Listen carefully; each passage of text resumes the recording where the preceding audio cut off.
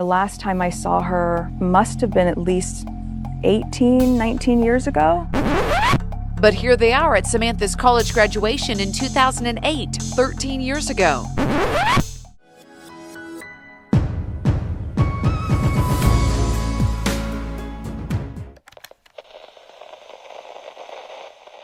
Hey everyone, and welcome back to Exposing SMG. There was an overwhelming amount of response on my video, 8 Lies Meghan Markle and Prince Harry said on Oprah. So I'm back with another one due to high demand. You guys commented on some other examples that you wanted for a second video, so I'm here to give the people what they want. As always, these are hardcore facts to combat what they said on Oprah. Someone tell Meghan and Harry that they can't rewrite history as long as we're around.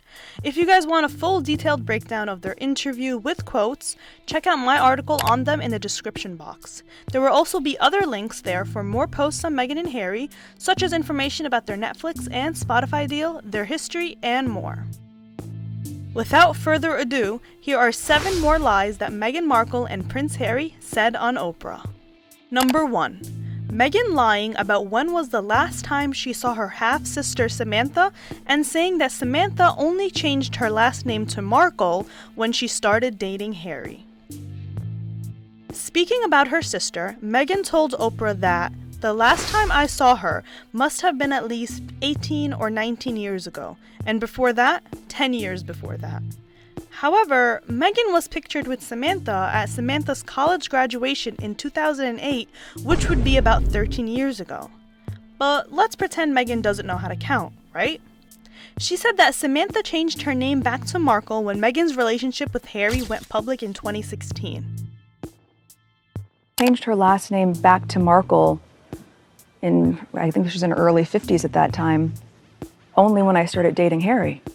So I think that says enough. Samantha then responded to her claims and provided document proof of when she changed her name. Markle's always been my name. Samantha said, I was a Markle before she was, so I thought that was kind of weird that she would say I only changed my name back when she met Harry. Markle has always been my name.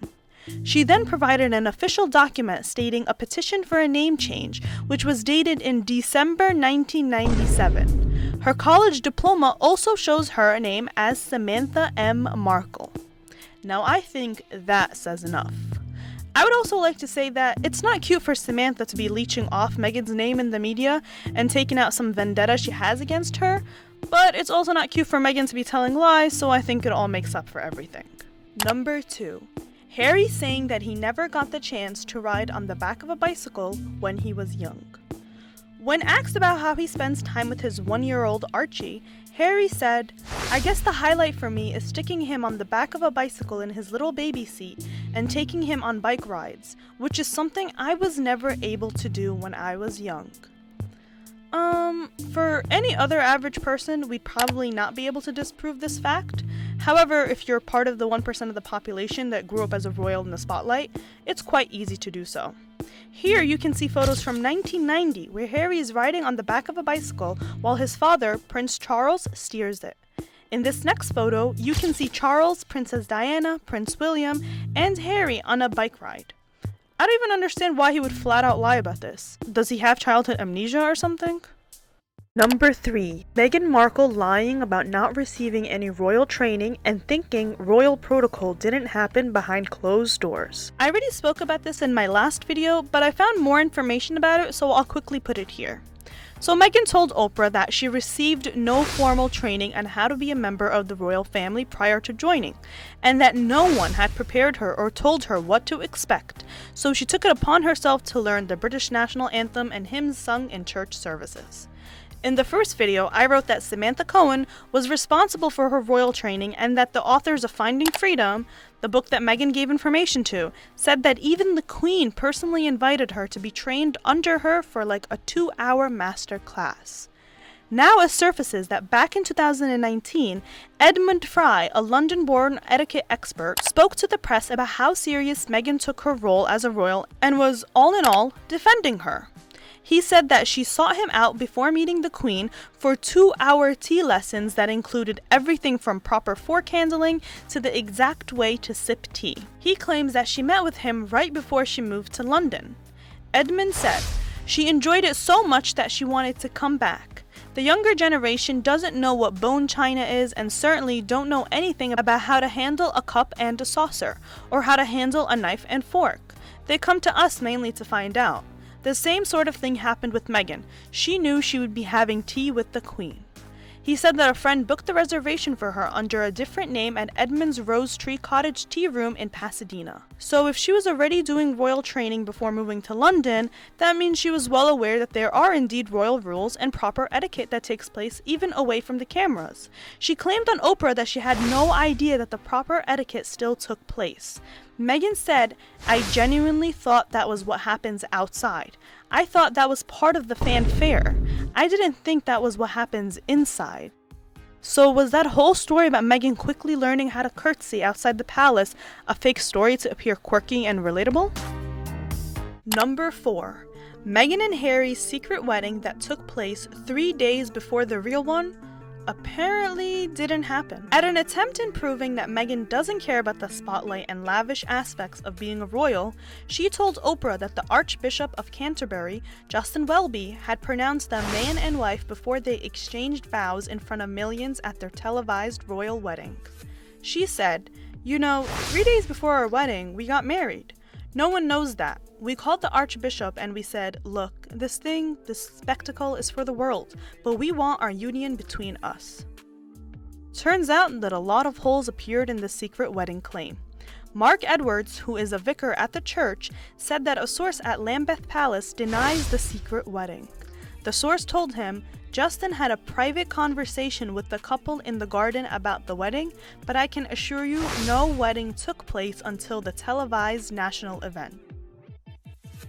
He also added that he was told by a Lambeth Palace staff member that Justin does not do private weddings, and concluded as, "Meghan is an American, she does not understand."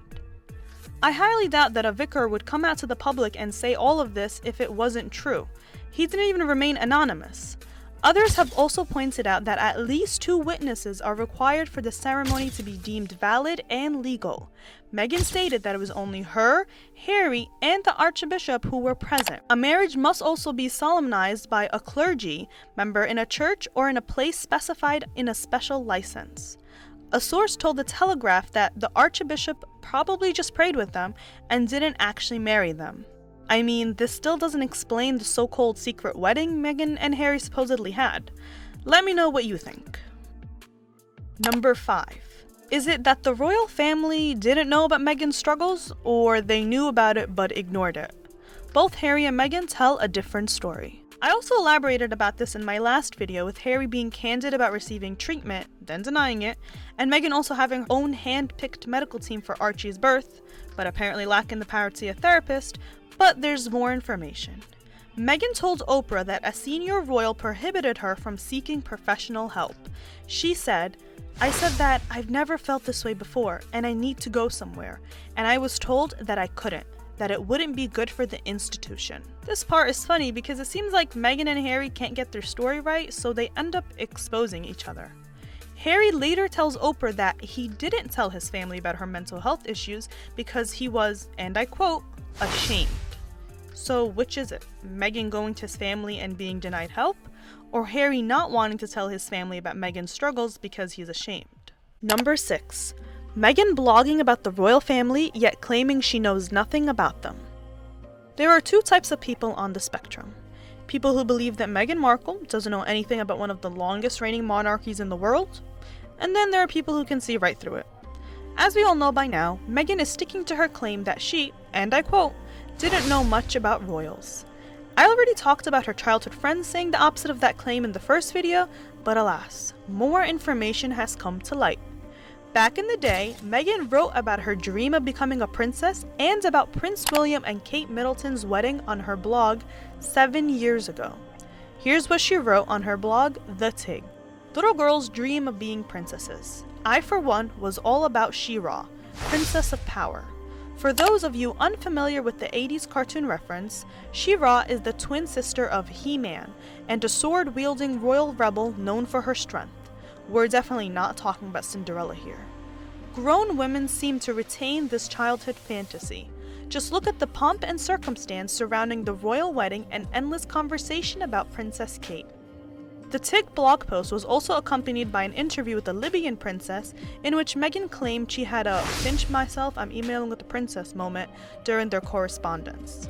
The friend whom Meghan was photographed with outside Buckingham Palace during a visit to London in 1996 said that Meghan was always fascinated by the royal family and that she wants to be Princess Diana 2.0. A different childhood friend named Susie also alleged that Meghan was interested in the royal family and said the pair would watch Princess Diana's 1981 wedding to Prince Charles. Susie's mom previously told the Mail, "I always loved Diana and I have her biography, which I gave Meghan to read. I videoed Diana's wedding back in 1981 and I would watch it with Susie and Meghan all those years later. They would also see items about her on TV." So, are all these people lying and Meghan genuinely lived in ignorant bliss all these years? It's hard to believe. Number 7.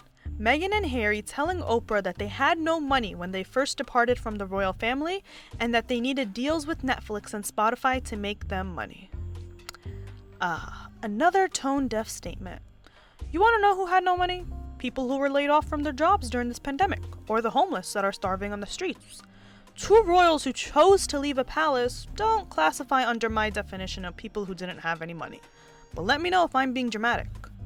Anyways, Harry told Oprah that his family cut him off financially after they stepped back from their royal duties and that he only had what his mother left for him.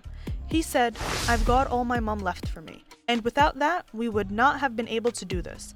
She saw it coming, and I certainly felt her presence throughout this whole process." Yeah, Diana only left him a couple million.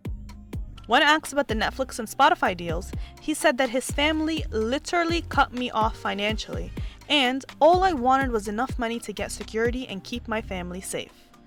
The thing is, they had more than enough money for security and to even buy 5 mansions or so. Therefore, pretending that the Netflix and Spotify deals were for security and not just something to build their brand is a blatant lie.